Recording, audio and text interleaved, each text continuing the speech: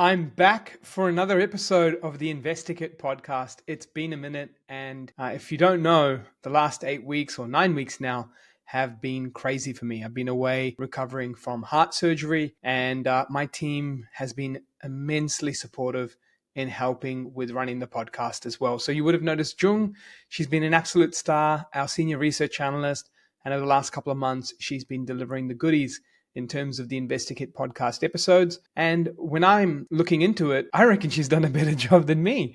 And so hats off to Jung in terms of just how much fan mail we're getting, messages we're getting, comments on our YouTube, likes, subscribes, all that sort of stuff. So it just means that you all are loving the show with Jung involved. So what does that mean? Whilst I'm back, I won't be back for every single episode. I'll be sharing the mic with Jung and Sam, have her run a few episodes, and then myself as well. So you're getting more, dynamic content across different people in the InvestorKit research team to ensure that you've got the best property insights coming up. So now that I'm back from open heart surgery, it's been a crazy 9 weeks. I'm still not at full strength, but I'm at that communication, energy, the mind, it's all there. The physical part hopefully should get there soon. But what I wanted to do is get back into the mic and get on action in today's episode and actually talk about the world of off-market property.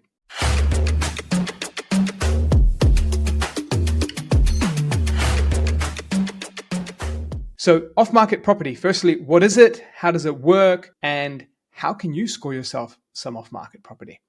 So firstly, what it is property that's actually just not listed on your main internet portals, right? That's off-market. If you go deeper into what off-market is, it's properties that also aren't shared on agent databases because they also have their own databases which contain many buyers. Now, there is then something called pre-market, which is something that's going to go online soon.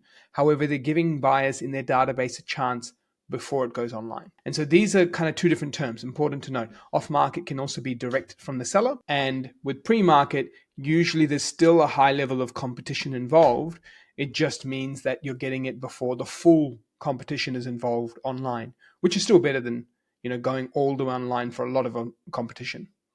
Now, I don't think off-market, pre-market versus on-market is a better result than the other. What it is just a different channel. Okay, that's the biggest learning I've had on my journey, is that it's a different channel. So exactly describing the channel is that realestate.com.au is a channel. Domain is a channel. HomeView or a few other names, certain state-by-state specific companies. Facebook Marketplace is a channel. Your friend just telling you about a property they're selling is another channel, like word of mouth. Direct to vendors is another channel. Off-market with agents is another. So you're just accessing more areas to buy property. You're not just limited, okay? Now, why I say that's just a separate channel and not an actual better result is because you can still buy a dud if it's off-market. You can still overpay if it's off-market. You can still buy something that fails due diligence if it's off-market. You can still buy something that you thought it was X, but it ended up being Y because it didn't have the full picture. So don't feel like it's better. It's just a different channel. And as a property buyer, you want more channels because if you have more options, you have the best decision being made when you're buying one, right?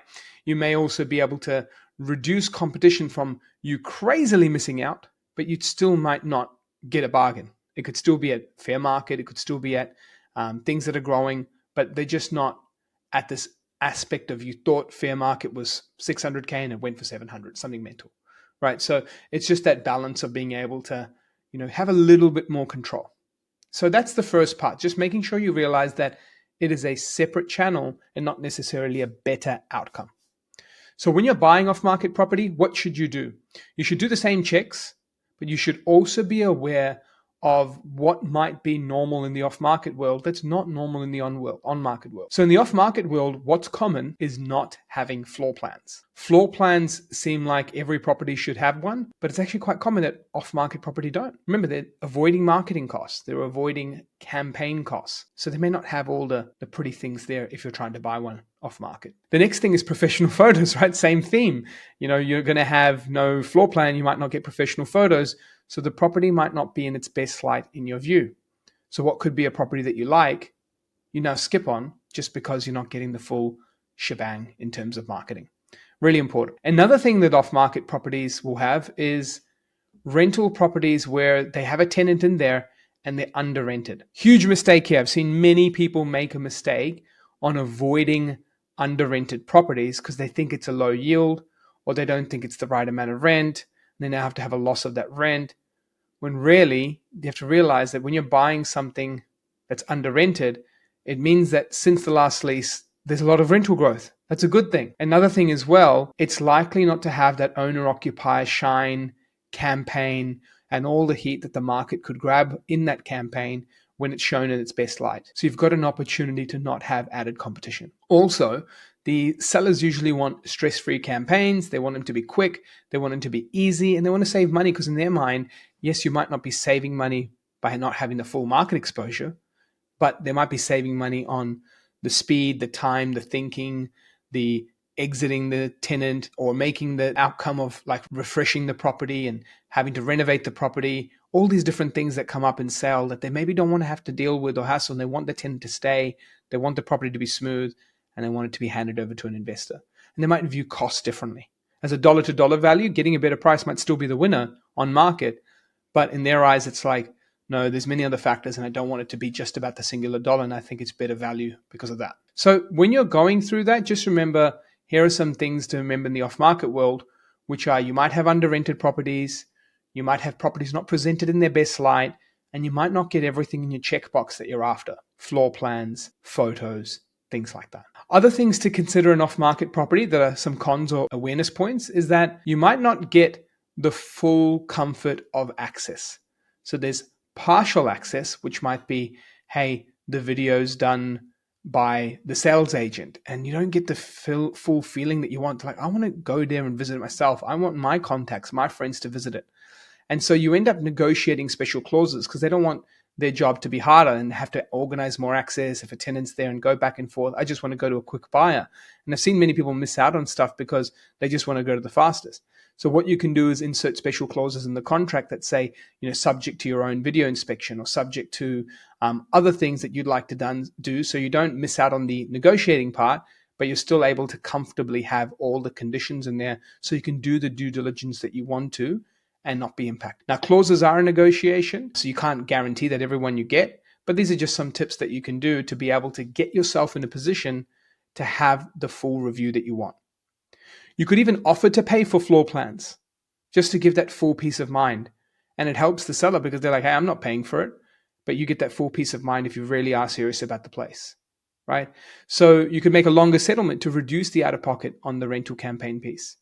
So these are just some ways to not only think of those cons, but how to handle some of them as well. So that's the first part with off-market property. Another part with off-market property you should consider is the motives of the seller. One of the most common things we see in off-market property is someone that's actually selling it and they want a really big price. The sales agent, therefore, does not want to take it online and they'll try and ship it to their database to win the deal, hoping that someone's eager and desperate enough to buy that. This is a big one we really say no to and avoid. So what will happen is we'll get loads of off-market, we'll look at comparable sales, and the seller's agent might be asking for $750. And when we're looking at that $750K number, we're saying, hold on a minute, all the comps are at about $7 to $720. This isn't making sense. So in starts the negotiation, and the seller's agent actually wants that. You might think that they just want the $750, but they also know that the sellers can be dreaming at times. Sure, there'll be a buyer that comes up and goes, I'll pay you the $750, each to their own, but we're investors here. It's not what we do. At $7 to $720, we might think that, no, let's start the conversation,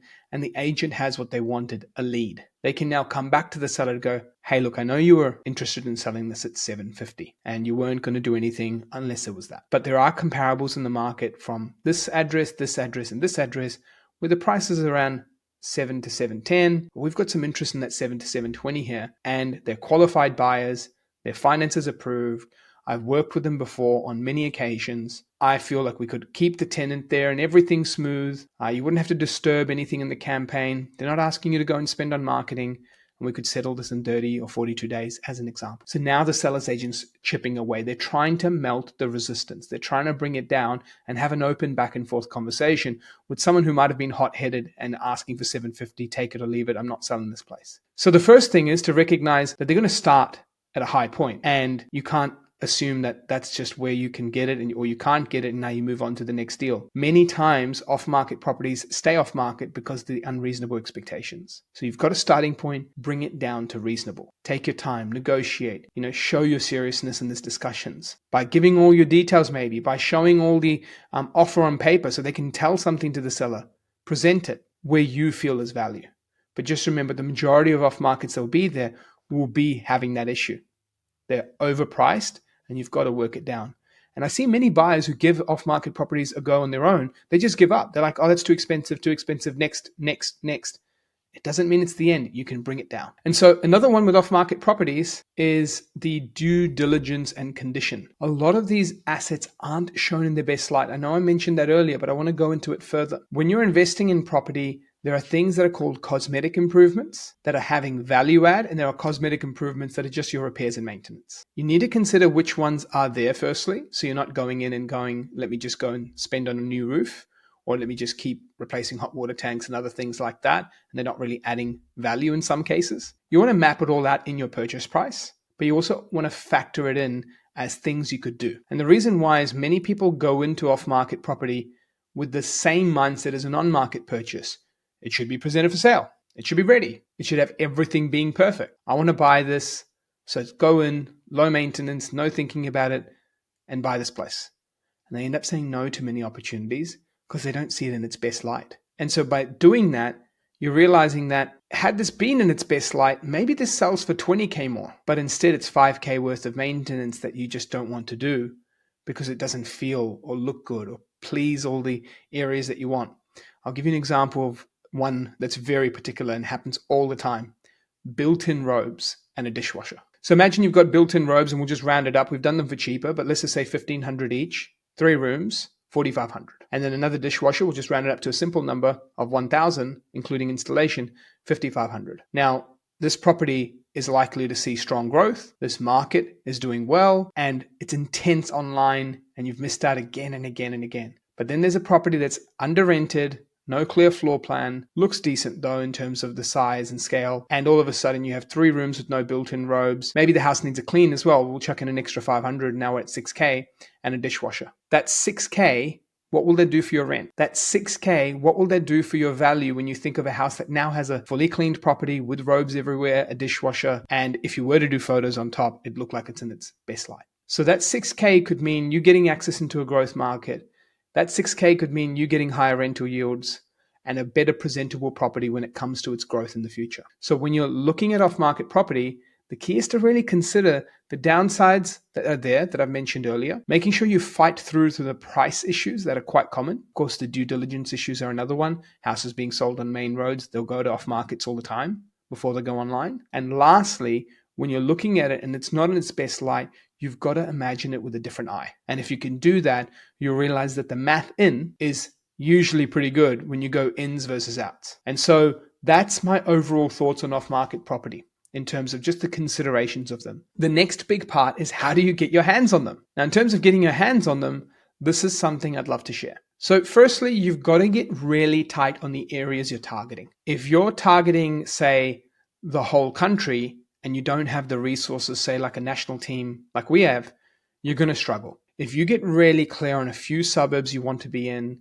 or a city you want to be in, that's going to help you tremendously. Step 2 is we've worked out there's a bit of a ratio that really helps us in nailing off-market properties that qualify. And we usually find 14 connects is the sweet spot. So let me break down this word connects. Right now, connects are I've had a conversation. That could be a text, that could be a WhatsApp, that could be an email, that could be a phone call. It just has a response. I said something, they said something back. It's a connect. Not a dial. People often go for dials. Dials are, yes, effort-based, but they're not outcome-based. Connects are outcome-based. If you're just dialing and you think to yourself, well, let me make 10 calls. Phew, done 10 calls, but what if that equaled nothing? So what we focused was, do the calls you need to do. Could be 10 some days, could be 30, could be 50. But the main thing is, once you focus on connects and we average that 14 number, usually you'll get one off-market property that qualifies. So for example, it could be 50 dials or 30 dials, 14 connects, properties received, multiple, let's just say 4. 3 of them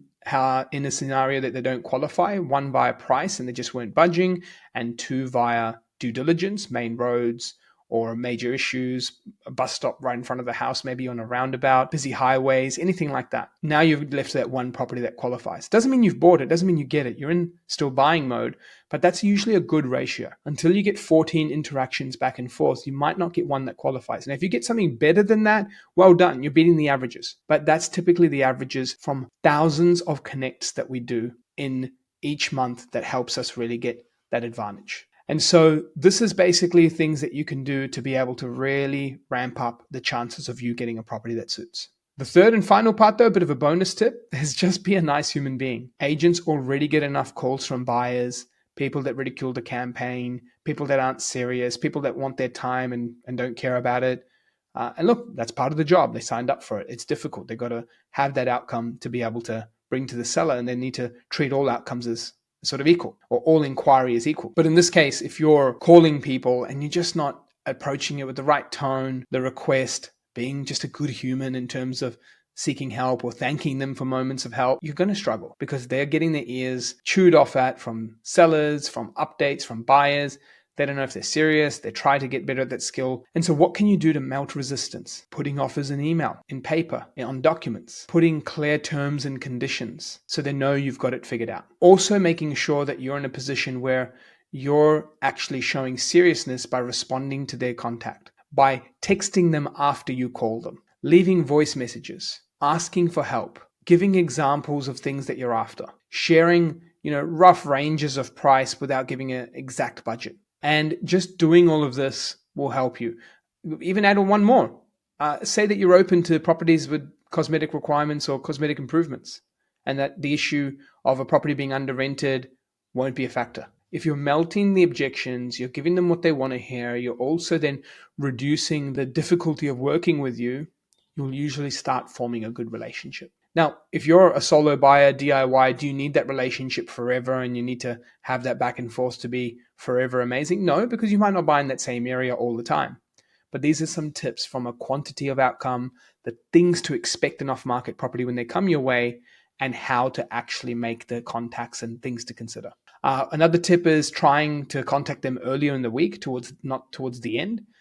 Earlier in the week part, people are sort of breathing, they're in the office, they're doing admin, they're collecting and sending out offers from the weekend, closing off auction stuff, and they usually start getting contacts back. We find that works really well. They're more receptive. As you get to the tail end of the week, they're speaking to vendors about updating the campaign, telling them on interest, loading stuff on the internet, getting ready for open homes, jam-packing their schedules so that early to midweek really starts getting some pretty good traction. Also, you might want to call property managers too, not just sales agents, because property managers have people who are considering selling and they'll connect you with the sales agent eventually. But they can be a great start to learn more about the area and learn more about the property that's there, learn more about things that are coming up that are tenanted, great ways to sort of keep that relationship going. So I hope this helped you in uncovering what off-market property means, also uncovering the tips of how to get them, and the considerations when getting them that aren't all that bad, and then the things to watch out for. Now at InvestorKit Buyers Agency, we average over 60% of our properties as off-market purchases. It's important to know the stat. It is not 100% and it never will be, because I can tell you right now, there are many great properties that make it to the internet. They are presented well, they're in good suburbs, and they're competitive in the right environments because they're growing markets, so they should be. Or they're going onto the internet and they're not in a competitive market, it's a buyer's market, but they're shown in their best light, so you see it in every way. And since you know it's a buyer's market, you still compete hard and negotiate because they want all the attention they can get. They're really keen to bring it up. So don't stay away from online properties. You need to have both searches going on. We search every online property up to 3 times a day, every single day in the markets that we're buying in. So that we're our fingers on the pulse. We're making lots of connects each month, dialing lots, getting off markets and purchasing 60 to 70%. I'm not going to be upset if that number's down to 30 or 40%. If the right properties were being purchased online, we should be showing them to our clients. So this just gives you an insight of the off-market properties we do, why you should always have online properties in the mix, and all the tips I gave earlier on off-market property buying. All the best with your hunt. And if you'd like to outsource it to a team that can do all of that and more with a high level of expertise and professionalism, jump onto investorkit.com.au and chat to Australia's #1 buyers agency of the year for 2024 and 2023, the first to ever do it. and I'm back in action. It's good to be back here and looking forward to collabing with Jung, who did an amazing job on more episodes ahead. Catch you soon.